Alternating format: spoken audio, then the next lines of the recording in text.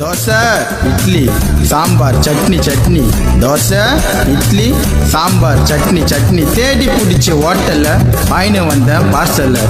நல்ல ஹோட்டல் தெரியல, வாங்கினு வந்தது சரியில்லை.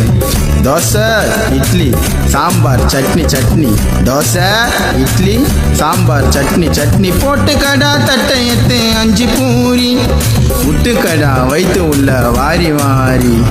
தோசை இட்லி சாம்பார் சட்னி தோசை இட்லி சாம்பார் சட்னி தேடி பிடிச்ச ஹோட்டலில் வாங்கினு வந்தேன் பார்சலில். நல்ல ஹோட்டல் தெரியல, வாங்கினு வந்தது சரியில்லை. தோசை இட்லி சாம்பார் சட்னி தோசை இட்லி சாம்பார் சட்னி போட்டு கடா தட்டை எத்து 5 பூரி விட்டு கடா வைத்து உள்ள வாரி வாரி.